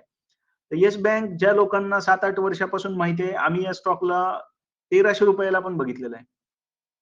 1200-1400 ला पण ट्रेड झालेला आहे. 500 रुपयापासून त्याची जर्नी सुरू झालेली 2014 मध्ये. बँकिंग सेक्टरमध्ये नंबर 1 स्टॉक होता, नंबर 1 प्रायव्हेट. म्हणजे आजच्या डेटला जसं ऍक्सिस, आयसीआयसीआय आणि कोटक महिंद्राला असं मानाचं स्थान आहे बँक निफ्टीमध्ये, तसा येस बँक होता. एकेकाळी हा लीडिंग नंबर 1 क्वालिटीचा प्रत्येक टीव्ही वरती सांगायचे yes bank, yes bank, yes bank. आणि जुलै 2019 मध्ये अचानक एक फॉल आला आणि त्यांनी त्याची 48 ची मुव्हिंग तोडली विकलीच्या चार्टला आणि स्टॉकची किंमत होती 320 रुपये. तर बातमी तर बाहेर आली नव्हती, पण स्टॉक मध्ये हेवी सेलिंग दिसायला लागली होती. जो हुशार प्लेअर असतो तो चार्टला ट्रॅक करतो, कारण मी सांगितलं चार्ट इज द किंग. की असं काहीतरी घडतंय जे आपल्याला माहिती नाही, पण चार्टच्या पाऊल खुणांवरून तुम्ही अंदाज बांधू शकता की इथं गडबड आहे. आणि जोपर्यंत प्रमोटर आणि हेवी जे कोणी फंड मॅनेजर्स किंवा असे बँकांमध्ये काम करणारे ज्यांच्याकडे येस बँकचा खूप हेवी स्टॉक आहे फ्लोटिंगचा, तो जोपर्यंत विकणार नाही तोपर्यंत ही मुवमेंट होत नाही. तर हुशार प्लेयर जो होता ना, तो ऍक्च्युली आउट झाला होता. सप्टेंबर 2018 पासूनच त्याने एक्झिट घ्यायला सुरुवात केली होती. आणि 2019च्या मार्च महिन्यामध्ये राणा कपूरचं एक कांड झालं आणि त्याच्यानंतर कळालं की राणा कपूरने अशा कंपन्यांना कर्ज दिलेलं आहे की ज्या आता रिटर्न येण्याच्या अपेक्षाच नाहीयेत. आणि मग तिथून एक पॅनिक झालं मार्केटमध्ये आणि मग त्या लोकांनी 240 ला एक्झिट घेतली. तर मी दुसरा एरो लावलेला आहे. आणि अनेक लोकांनी भाबडेपणाने तिथे एंट्री पण केली की 1000 रुपयाचा स्टॉक आहे, 700 रुपयाचा स्टॉक आहे, परत एकदा वापस येईल. आणि मग त्यांना तो डाऊन ट्रेंड एकदा जर का त्यांनी मुव्हिंग तोडली, आज तागायत मागच्या 5 वर्षामध्ये 4 वर्षामध्ये तो स्टॉक परत मुव्हिंग ऍव्हरेजला वर क्रॉस करून गेलाच नाही. तर आपल्याला दिसतंय त्याची ज्याची किंमत तुम्हाला 320 ला एक्झिट मिळू शकली असती, 240 ला मिळू शकली असती आणि जे लोक तिथं नाही जाऊ शकले तर ते 14 रुपयावर जाऊन बसलेले आहेत आज आणि यांनी 3 रुपये सुद्धा नीचांक दाखवलेला आहे कोरोनाच्या पिरियडमध्ये. तर चार्टची पॉवर काय आहे, मुव्हिंग ऍव्हरेजची पॉवर काय? एखाद्या माणसाला फक्त एवढं जरी कळालं असतं, बाकी काही त्याला कळत नाही स्टॉक मार्केट, पण त्याला हे माहित आहे की समजा 48 ची मुव्हिंग जर कट झाली तर मी टाटा बाय बाय करेन, ह्या स्टॉकला मी बघणार. हा मला यायचंय ना परत, त्याला वर येऊ द्या ना. 48 ची मुव्हिंग क्रॉस करून तो जेव्हा वर जाईल त्यावेळी मी पण वर जाईल. तर स्टॉक सोबत त्याची भाषा आपल्याला ओळखता आली पाहिजे. हे सगळं समोर आहे आपल्या. हे चार्ट प्रत्येकाकडे अवेलेबल आहेत. बातम्या अवेलेबल नाहीयेत, इनसाइडर अवेलेबल नाहीये, पण तरी पण संधी आहे ते जाणून घेण्याची. हाच सेम अशाच प्रकारचा एक पॅटर्न तुम्हाला किंगफिशर मध्ये पण दिसेल. असाच पॅटर्न तुम्हाला जेट एअरवेज मध्ये पण दिसेल. समोर तुमच्या जेट एअरवेजचा चार्ट आहे आणि जेट एअरवेजची बातमी आली ऍक्च्युली जुलै 2018 मध्ये की हा यांचे जे प्रमोटर आहेत तर गोपीनाथ यांनी पूर्ण स्टॉक्स विकलेले आहेत त्यांचे पर्सनल होल्डिंगचे आणि सध्या ते एक्झिट झालेले आहेत. त्यांनी 200 करोड रुपयाचे वगैरे बाहेर इन्व्हेस्टमेंट केले आपले स्टॉक्स विकून. पण मार्केटमध्ये ही बातमी लगेच्या लगे येत नाही. त्याची सेलिंग सुरू झाली होती 2018च्या मार्च महिन्यात. एक मोठी कॅन्डल दिसते तुम्हाला आणि त्याच दिवशी हेवी सेलिंग झाली जेव्हा स्टॉक 600 रुपयाला अवेलेबल होता आणि 600चा स्टॉक नॉन स्टॉप 100 रुपयावरती आलेला, 150 रुपयावरती आलेला. तर एकदा जर का मुव्हिंग तोडली तर मग तो मौका देत नाही समोरच्याला सांभाळण्याचा. तर अशाच पद्धतीनं बातमी नंतर आली 4 महिन्यानंतर, 3 महिन्यानंतर. पण जो गेम झाला होता तो चार्ट वरती दिसत होता की 900 रुपयाचा स्टॉक बघता बघता जेव्हा 150 रुपयाला येतो तेव्हा काय प्रकारचं कॅपिटल इरोजन होतं आणि जो सामान्य गुंतवणूकदार, अज्ञानी गुंतवणूकदार याच्यात अडकलेला असतो त्याचे काय हाल होत असतील. तर ते खरंच विचार करणं अवघड आहे आणि आज तागायत परत एकदा त्यांनी कधीही मुव्हिंग क्रॉस नाही केले. येस बँक असो, जेट एअरवेज असो किंवा आणखीन ह्याच्यासारखे अनेक स्टॉक, DHFL तर डिलिस्टच झाला टोटली. आज त्याचा चार्ट पण सापडणार नाही तुम्हाला. तर चार्ट वरती जर मुव्हिंग तोडल्या तर आपण बाहेर पडायला पाहिजे. एवढं सिंपल लॉजिक जर आपण लावलं, म्हणजे मी जसं सांगितलं स्टॉप लॉस हा पर्सेंट मध्ये असू शकत नाही. ती एक रेष असते. ज्या पद्धतीने स्टॉकची किंमत बदलते त्याच पद्धतीने स्टॉप लॉसची किंमत सुद्धा बदलायला पाहिजे. आणि स्टॉप लॉसची किंमत बदलण्याची क्वालिटी फक्त एकाच इंडिकेटर मध्ये आहे, ती म्हणजे मुव्हिंग ऍव्हरेज. तर जर मी 48 मुव्हिंगनी वीकली वरती ट्रेड करत राहिलो तर मला खूप बेटर रिझल्ट येतात आणि त्याच्यातून मग मला चांगले धडे मिळतात. मी तुम्हाला एक एक्सेल शीट दाखवतो आणि त्याच्यावरून तुम्हाला एक अंदाज येईल की आपण जेव्हा ट्रेडिंग करत असतो तर त्यावेळी आपण एक्झॅक्टली कोणती सिस्टीम फॉलो करायला पाहिजे आणि मी कोणती फॉलो करतो ज्याच्यामुळे आपली प्रोटेक्शन शील्ड जी आहे ती भक्कम बनते. असं समजा की आपला देश आहे आणि आपल्या देशाला चीनकडून, पाकिस्तानकडून किंवा कुठल्या कंट्रीकडून अणुबॉम्बचा धोका आहे. जर समजा तो धोका मला नाहीसा करायचा असेल तर मला असं काहीतरी कवच बनवावं लागेल ज्याच्यामुळे माझ्या देशात येणारी मिसाईल, आपल्या सिव्हिल वस्त्यांवरती येणारी मिसाईल वरच्या वेळी हवेतल्या हवेत नष्ट होईल. असं जर मला काही करता आलं तर तेच एक प्रकारचं कवच आहे. आणि हेच कवच आपण तयार करतो जेव्हा आपण असा स्टॉप लॉस आणि अशी एक सिस्टीम फॉलो करतो. तर आय होप तुम्हाला माझी स्क्रीन दिसत असेल ज्याच्यामध्ये मी एक्सेल शीट शेअर केले. थोडंसं लॅगिंग असेल तर 5 मिनिट वेळ केला तर ते दिसेल.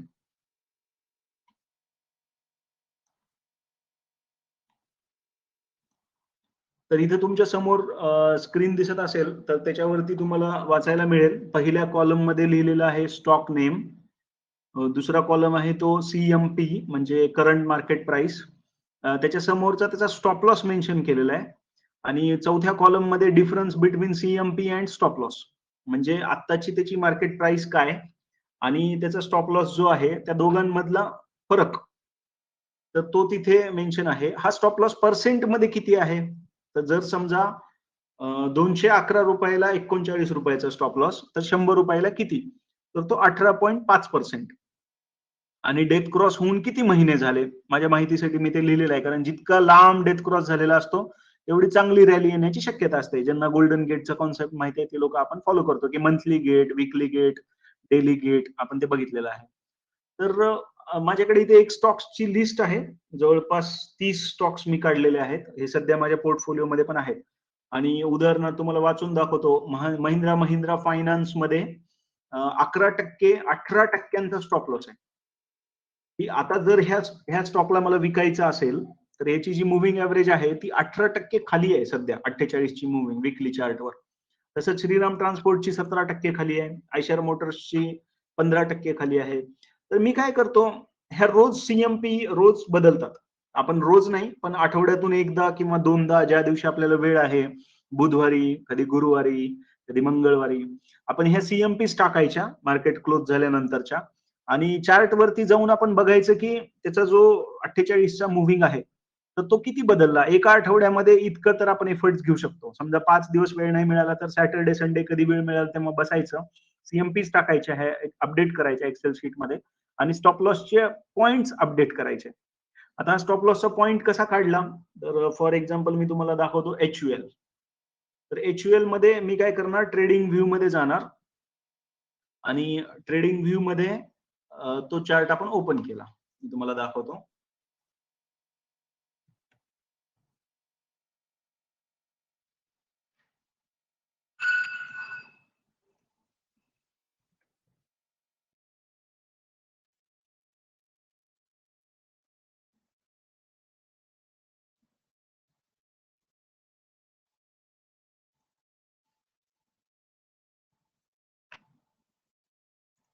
तर आता तुम्हाला जर माझा ट्रेडिंग व्ह्यूचा चार्ट दिसत असेल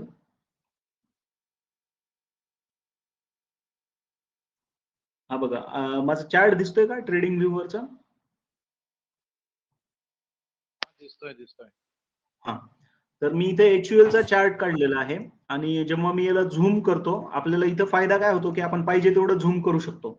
चार्टिंग मध्ये हे झूम करता येत नाही त्याच्यासाठी पेड व्हर्जन घ्यावं लागतो. तर आपल्याला इथे दिसतं की ही जी निळी लाईन आहे ही 48 ची मुव्हिंगची लाईन आहे. त्याची आत्ताची प्राइस तर आपल्याला ऍप मध्ये पण कळते की ती 2640 रुपये त्याची किंमत आहे एचयूएल ची. पण ही मुव्हिंग जी आहे ती आठवड्याला किंवा प्रत्येक कॅन्डल सोबत बदलत असते. रोजच्या रोज ही बदलते अपडेट होते. तर त्याची कॉस्ट आहे आता 2309 रुपये.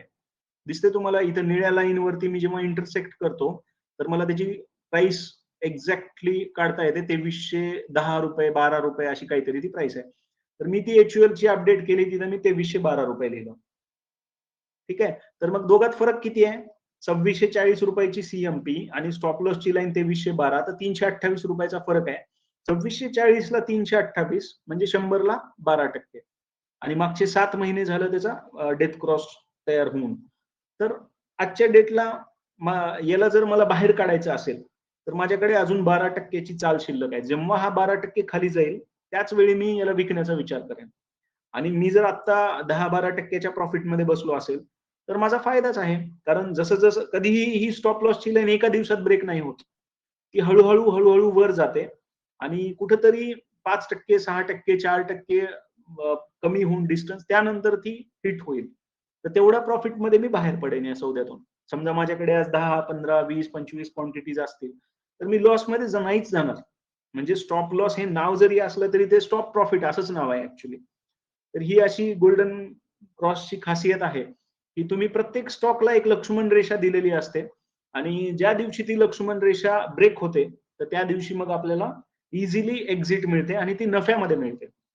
तर असं फुल प्रूफ सिस्टीम आहे. हे सगळे स्टॉक्स आता एक मागच्या 3-4 आठवड्यांपासून तेजीमध्ये आलेले आहेत. बरेचसे तुम्हाला याच्यातले ऑटो सेक्टर मधले स्टॉक्स दिसतील आणि बाकीचे पण आहेत. जसं महिंद्रा फायनान्स आहे. महिंद्रा वाढायला लागला की महिंद्रा CIE आणि महिंद्रा फायनान्स असे दोन्ही पण वाढायला लागले. तर हे चांगले स्टॉक्स आहेत. श्रीराम ट्रान्सपोर्ट मध्ये तर अभूतपूर्व तेजी फक्त मागच्या 8 दिवसांमध्ये. मी तुम्हाला स्टॉक दाखवतो श्रीरामचा. तर आपल्याला बिलीव्ह नाही होणार की कसं असतं मार्केटमध्ये आहे ना ते कबुतरचा खेळ चालू असतो.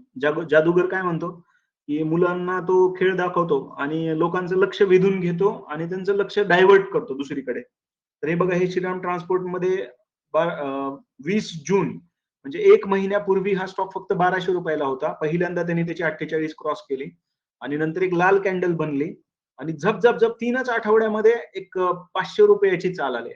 म्हणजे लिटरली 30%. 1200 रुपयाचे 30% म्हणजे जवळपास 1500 रुपये झाले. तर आज 1500 रुपयाला हा स्टॉक आहे, 1496 रुपयाला. आणि मागच्या फक्त 7 दिवसामध्ये यांनी 300 रुपयाचा टप्पा पार केलाय. 1300 ते 1500, 200 रुपयाचा गॅप अप पकडला तर 300 रुपयाचा. तर अशा पद्धतीने गेम होत असतो की बातम्या तर येतील निगेटिव्ह सर्व. सगळे लोक सांगतील की अभी थोडा रुकने का समय है, अभी अमेरिका में फेड क्या करेगा पता नहीं आणि थोडं संभलना चाहिए आणि तिकडे गेम होऊन जातो. तर ज्याचं लक्ष आहे ना तोच पैसे कमवू शकतो. तर असंच तुम्हाला ह्या एक्सेल शीट मध्ये जे पण स्टॉक्स दिसतील त्यांच्यासोबत असाच गेम झालेला दिसेल. बॉश मध्ये हेच झालंय, बजाज ऑटो मध्ये हेच झालंय. हे सर्व ऑटो कंपन्यांचे स्टॉक्स आहेत. MRF टायरचा स्टॉक आहे, तो पण असाच तुफान चालतोय. मागचा 1 वर्ष यांनी कॉन्सॉलिडेट केलं. त्याची तिकीट साईज थोडीशी मोठी आहे, पण जे रिटर्न जे मिळालं इथे 60,000 पासून मी याला बघतोय. 66,000 रुपये कॉस्ट आहे. इथं त्याचा 60,000 कुठतरी आला होता, 63,000 आणि आज तो 79-80 ला पोहोचला. अपेक्षा अशी आहे की हा आता याचा हाय मॉडेल आणि याचा मागचा हाय तर 1 लाख रुपयाचा आहे, 98-99,000 रुपये. तर अशी अपेक्षा आहे की हे इथं कुठेतरी गेलं पाहिजे. कारण कॉन्सॉलिडेशन जे आहे ते खूप मोठं झालेलं आहे. 1 फेब्रुवारी 2021 म्हणजे जवळपास 1.25 वर्ष झाला याचा डाऊनफॉल सुरू आहे. तर याला वर यावंच लागेल आणि बाकी नाही तर आपली स्टॉप लॉसची लाईन जिंदाबाद आहे. ज्या दिवशी यांनी 73,000 ची लाईन तोडली त्या दिवशी आपण बाहेर पडू. ही 73,465 ची आपली लाईन.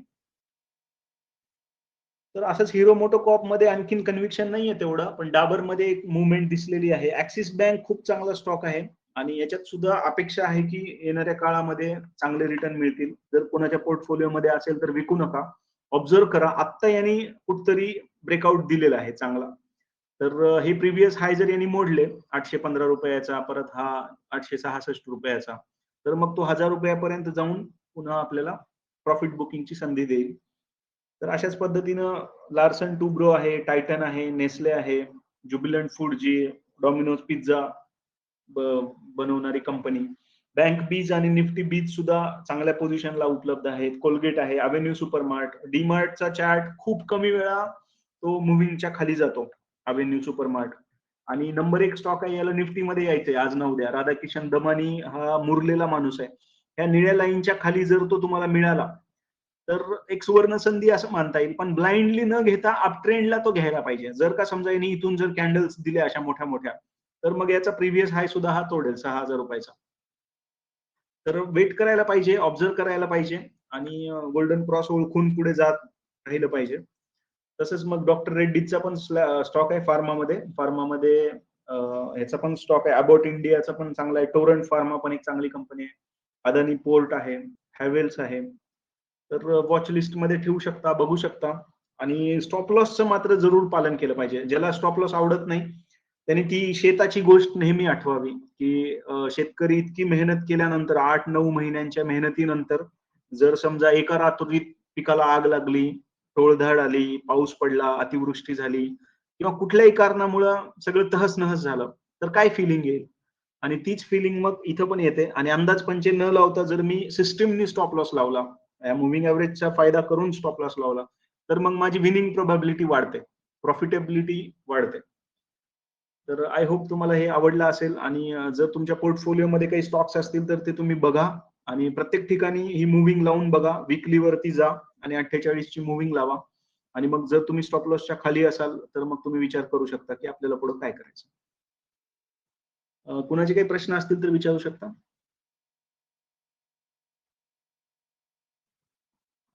पंकज सर नमस्कार. हा नमस्कार सर. ज्यावेळेस त्या 48 मुव्हिंग ऍव्हरेजला समजा ब्रेक देतोय तो ते कॅन्डल, ती ग्रीन मध्ये पॉवरफुल कॅन्डल असेल तरच एंट्री घ्यावी का? आपला गोल्डन क्रॉस आपण बघतो ना, की आता मी काय ओके. करतो, इथे मी आणखीन एक मूव्हिंग लावतो आणि ती 13 ची मूव्हिंग आहे लावतो. इथे 13 करा आणि खाली पण EMA करून इथे 13 करा. आणि त्याची थिकनेस आपण वाढवूया म्हणजे आपल्याला कळेल की त्याचा रंग पण मी वेगळा देतो आपल्याला समजण्यासाठी. आणि त्याची डार्क केले मी लाईन.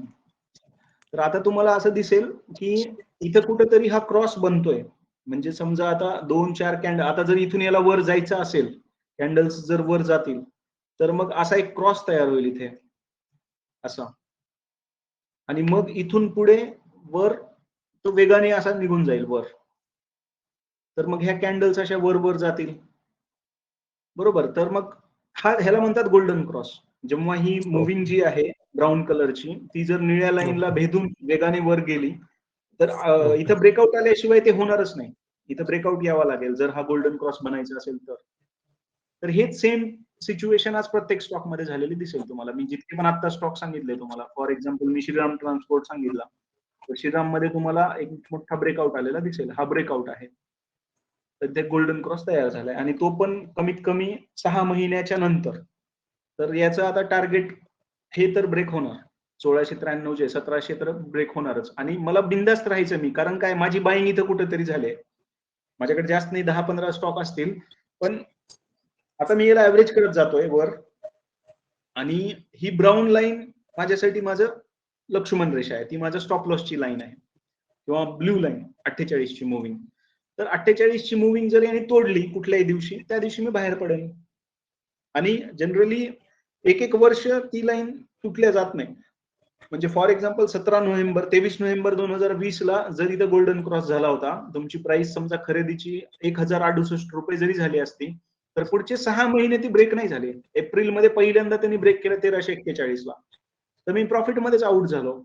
आणि तरी सुद्धा जरी कोणी खेळत बसला असता या लाईन सोबत, तरी सुद्धा त्याचं नुकसान झालं नसतं. समजा निळ्या लाईनवर येण्यासाठी तर त्याला युक्रेन वॉरच्या अगोदर 13 डिसेंबरलाच तो आला होता, जेव्हा ऑटो सेक्टर डाऊन जात होता. तर तो सुद्धा 1330 नी बाहेर पडलाय. अशा पद्धतीने गोल्डन क्रॉसची कॉन्सेप्ट आहे. मी युट्यूबला एक व्हिडिओ पण टाकलेला आहे गोल्डन क्रॉस, तर तुम्ही तो बघू शकता. त्यात पॅरामीटर सेट केलेले आहेत का, म्हणजे तुम्ही आता सांगितलेले? हो. Okay okay, thank you. Thank you. Vaishali madam विचारतायत की वरुण बिव्हरेज मध्ये काय आहे, तर आपण बघूया. वरुण बिव्हरेज खूप चाललेला स्टॉक आहे आणि त्याचा गोल्डन क्रॉस खूप दिवस झाले होऊन, म्हणजे 9 नोव्हेंबर 2020 ला तो स्टॉक 300 रुपयाला होता आणि आज तो कंटिन्यू अप ट्रेंड मध्ये 872 ला गेलाय. तर माझं रीडिंग असं सांगतं की this is not correct point for entry unless you are very sure. तुम्हाला असं वाटतं की याचं भविष्य खूप उज्ज्वल आहे, तर तोपर्यंत इथे एंट्री घेणं महागात पडतं. कारण जेव्हा हे खाली येईल ना, कसं आहे, हे दिवस सुरू आहे, हा त्याचा पहाट होती, ही त्याचा सूर्योदय होता असं समजा. आणि आता सूर्य 12 वाजले, 1 वाजला, 2 वाजले, 3 वाजले, कधीतरी आता संध्याकाळ होईल याची. मग 5-6 वाजतील. ते 800 रुपयाला होईल, 1000 रुपयाला होईल का 2000 ला होईल मला माहित नाही. पण जेव्हा केव्हा संध्याकाळ होईल तेव्हा एक खूप मोठी रात्र पण जाईल. तर आत्ता अडकून बसण्यापेक्षा परत एकदा असं होतं की हा स्टॉक 300-400 ला येईल कधी ना कधी, पण ती तुमच्या कंपनीच्या प्रॉडक्टवर, त्या सगळ्या सेक्टरच्या भवितव्यावर किंवा ऑपरेटिंग असेल तर मनी फ्लो किती आहे, पोझिशन्स काय आहेत त्याच्यावरती सगळं डिपेंड आहे. तर अशा स्टॉक पासून नवीन फ्रेश एंट्री घेणं अवॉइड केलेलं चांगलं.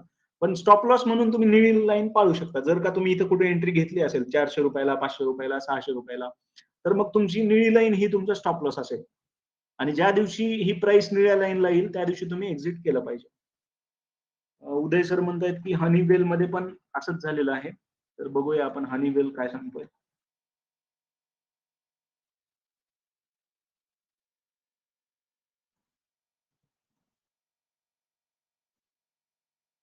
हनीवेल फायनान्स सर,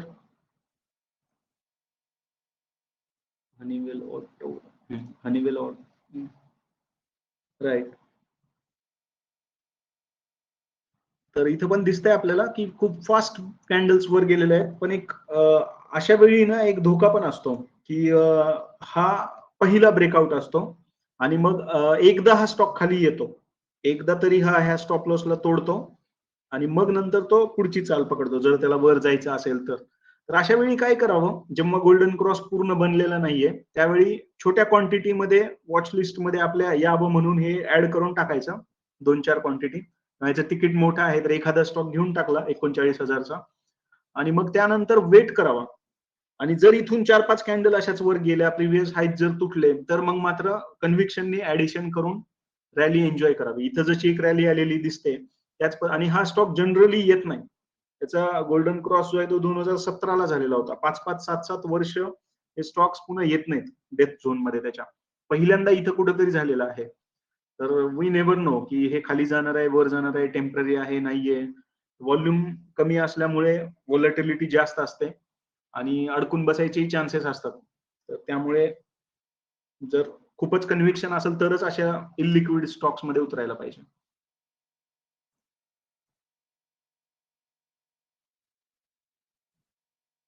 आणखीन कुणाचा काही प्रश्न आहे का?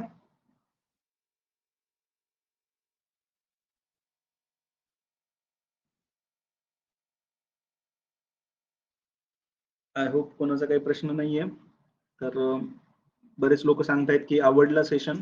तर thank you very much. I hope तुमच्या कॉन्सेप्ट क्लिअर झाले हॅलो असतील. सर. हॅलो बोला सर. सर, आपण मला वाटतं 2-3 महिन्यापूर्वी सेशन झालं. आज मी जॉईन झालेले आहे तुमच्या सेशन मध्ये.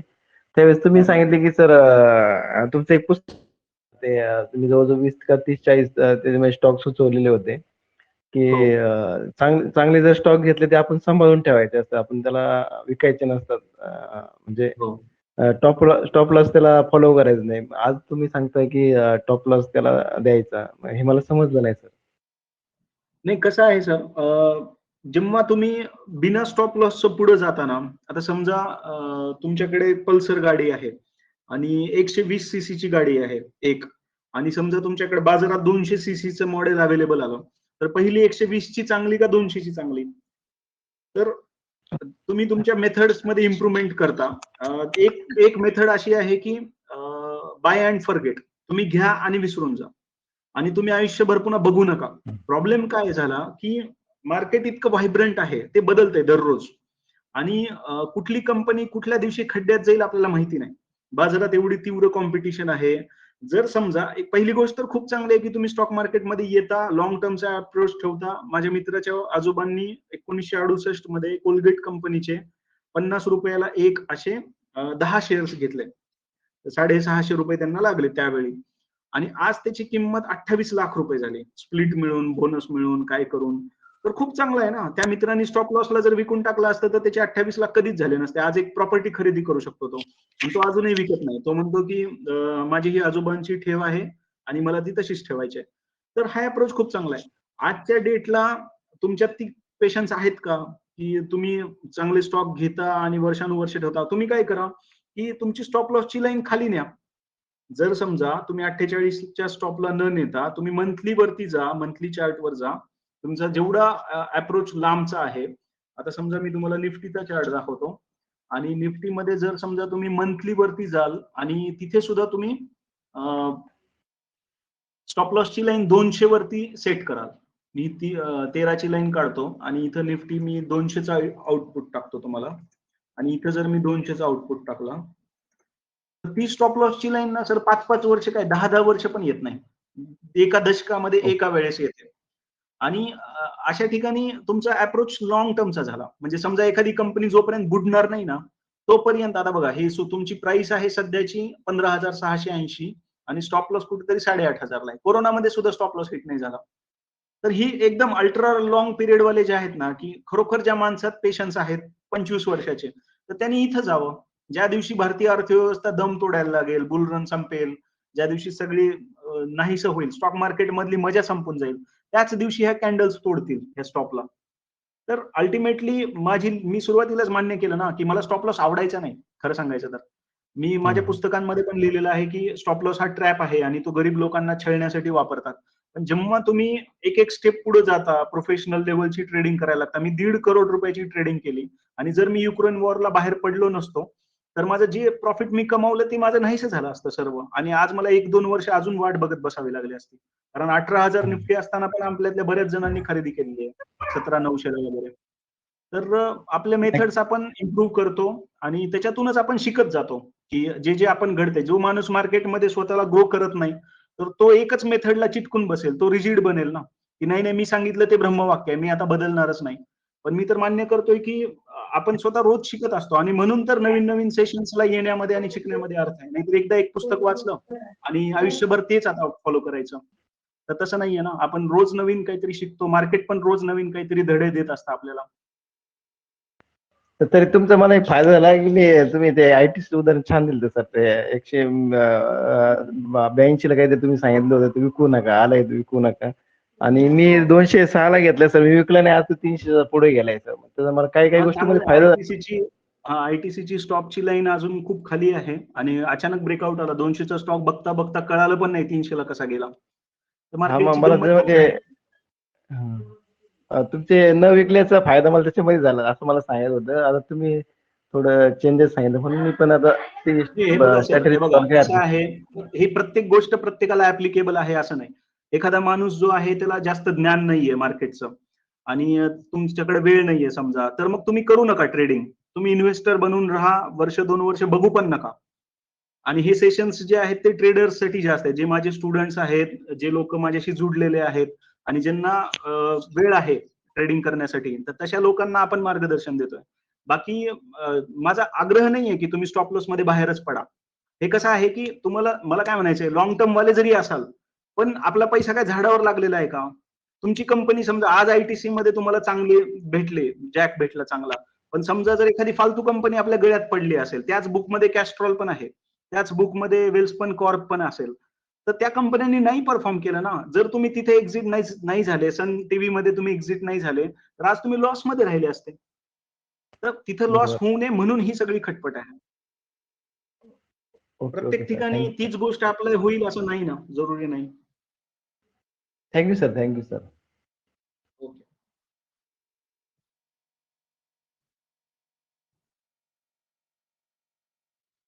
अजयजी विचारतायत की गोल्डन गेट झाल्यावरच एंट्री घ्यायची का आणि नुसतंच 48 ची लाईन क्रॉस झाली तर काय करायचं? तर मी असं करतो, 48 ची क्रॉस झाल्यानंतर नॉमिनल क्वांटिटी ऍड करतो आणि मग जर गोल्डन क्रॉस होत असेल, कन्फर्म झालं, 2-3 कॅन्डल्स वर गेल्यानंतर गोल्डन बनतो आणि मग तिथं आपण फुल कन्व्हिक्शननी अजून बाईंग करू शकतो. अशा पद्धतीने आम्ही पुढे जातोय सध्या तरी. तर लेटेस्ट सी, आपण सगळेजण आणखीन अभ्यास करत आहोत. 8 दिवसांमध्ये, 15 दिवसांमध्ये, महिन्याभरामध्ये आपल्याला रिझल्ट पण कळतील की आपण जी थिअरी मांडलेली आहे ती बरोबर आहे का नाही. ओके फ्रेंड्स, चलो थँक्यू व्हेरी मच. आणखीन कोणाचे काही प्रश्न नसतील तर मग आपण सेशन एंड करूया. मी तुम्हाला युट्यूब व्हिडिओच्या लिंक्स पाठवतोय, तर आवर्जून बघा, फायदा होईल आणि सपोर्ट करा, चॅनलला सबस्क्राईब करा आणि भेटत राहू. मला पण उत्साह मिळेल की नवीन काहीतरी विषय घेऊन तुमच्या समोर येत जाईल. आणि ही जी लिंक आहे त्याच लिंकवर क्लिक केलं तरी सर, आपल्याला रोजच्या सेशन अटेंड करता येईल. हा बोला सर. हॅलो. हा बोला सर. सर, जर क्वांटिटी खूप मोठी असली याच्यामध्ये स्टॉप लॉस, तर मग एका स्ट्रोक मध्ये निघतील का सर त्या मार्केटमध्ये? हो, आपले असून किती असणार आहे मोठी, म्हणजे आता समजा HDFC बँक असेल तर त्याचे बाजारामध्ये जवळपास 30 करोड स्टॉक्स आहेत. मग आपल्याकडे 1000-2000 जरी असले तरी त्याच्याने काय फरक पडतो? जनरली काय होते सर की आपण स्टॉप लॉस एका विशिष्ट रकमेचा लावू, तर त्याच्यावर त्याच रकमेवर पूर्ण क्वांटिटी जात नाहीत मग. जाते ना सर. समजा जर तुम्ही ब्लू चिप मध्ये असाल, निफ्टी 50 वाल्या स्टॉक्स मध्ये असाल, लिक्विड वाल्या स्टॉक मध्ये असाल तर घाबरायचं काहीच कारण नाही. जर समजा आपण स्मॉल कॅप मिड कॅप मध्ये असू, जिथं व्हॉल्यूम कमी आहे आणि पेनी स्टॉक्स मध्ये असू, तर मग तुमच्या ऑर्डर तशाच पेंडिंग राहतात. पण जनरली माझा जो अनुभव आहे आतापर्यंतचा, की जर समजा तुम्ही सकाळी 10 वाजता जरी एक्झिट केलं, ऑफलोड केला तुमचा स्टॉक, म्हणजे लावून ठेवली ऑर्डर, तर 3 वाजेपर्यंत तर ऑटोमॅटिकच सेल होऊन जातात. असं कधी जाणवलं नाही की मी ऑर्डर टाकली आणि ती उडालीच नाही त्या लाईनला. फक्त तुमचं लक्ष पाहिजे. तुम्ही जर ती कॅन्डल खाली गेल्यानंतर परत लावून ठेवाल तर मग नाही जात. पण तुम्ही एक्झॅक्टली, आणि विकली चार्टचा फायदा काय आहे की 7 दिवसांचा कालावधी मिळतो तुम्हाला. समजा माझी स्टॉप लॉस तोडल्यानंतर एक कॅन्डल जरी खाली पडली, कन्फर्मेशन झालं की आता डाऊन ट्रेंड झालेला आहे, तेव्हा सुद्धा मी एक्झिट करू शकतो. आणि असं नाही होत की मी अडकून पडतो, अनलेस खूप मोठा असा कोरोना सारखा असा अचानक काहीतरी एक अपघात होईल खूप मोठा, तर त्यावेळी मग अवघड होऊ शकतं की कोरोनामध्ये एक्झिटच मिळाली नाही, एका दिवसातच 20-20%, 10-10% पडले स्टॉक्स. तर तसं मग कधी वर्षातून 10 वर्षात एकदा असं होऊ शकतं, वन्स इन अ डेकेड. पण असं बाकी रोज रोज नाही होत. मुथ्थूट फायनान्स ऍड करावं का असं विचारतायत मॅडम. तर मुथ्थूट मध्ये पण सध्या डेथ क्रॉस झालेला आहे आणि लांब राहिलेलंच बरं राहील असं वाटतं मला. मुथ्थूट, मन्नापुरम हे सध्या तरी वेट अँड वॉचच्याच लेवलला आहेत.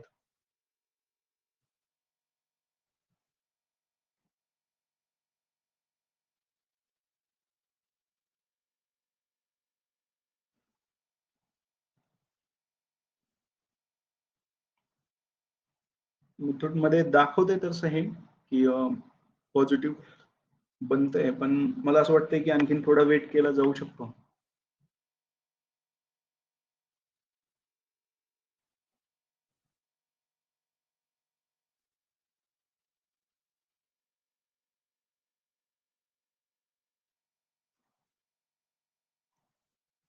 बघा आणखीन एवढा टाइम शिल्लक आहे, अजून इथं व्यवस्थित फॉर्मेशन पण नाही झालंय, तर न घेतलेलं बरं राहील असं वाटतंय मला.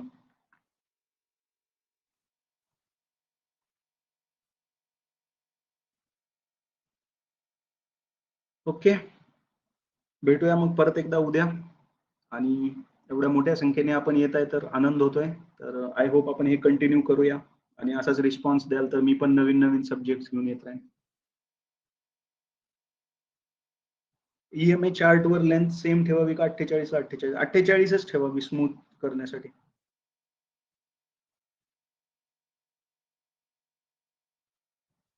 ओके फ्रेंड्स, चलो thank you very much. Good night. Thank you sir.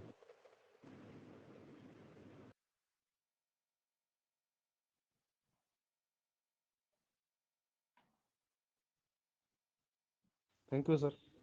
Thank you.